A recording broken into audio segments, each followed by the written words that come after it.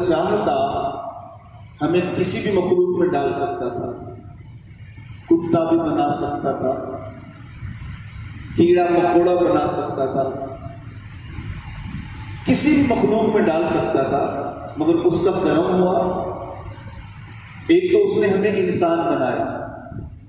انسان کے ساتھ ساتھ ایسا مسلمان سبحان اللہ جسے خیر امت کا لقب دیا گیا، یعنی اپنے نبی آخر الزمان حضرت محمد مصطفیٰ صلی اللہ علیہ وسلم کا امتی بنایا۔ یاد رہے نبی پاک علیہ السلام کا امتی بننا بھی بڑا شرف ہے۔ اعلیٰ حضرت رحمت اللہ علیہ کے والد گرامی اور رئیس المتکلمین رحمت اللہ علیہ نے اپنی کتاب میں لکھا ہے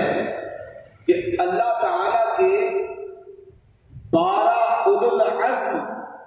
نبیوں نے دعائیں مانگی، اے اللہ ہمیں نبی نہ بناتا،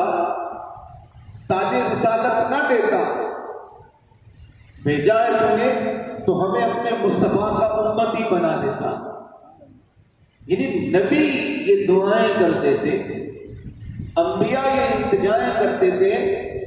کہ اے اللہ ہمیں سلطان مدینہ صلی اللہ علیہ وسلم کا امتی بنا دیتا۔ یعنی اس گفتگو سے یہ بات بالکل واضح ہو رہی ہے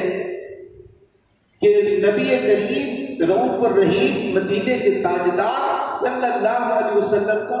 امتی بننا بھی بڑا شرف ہے۔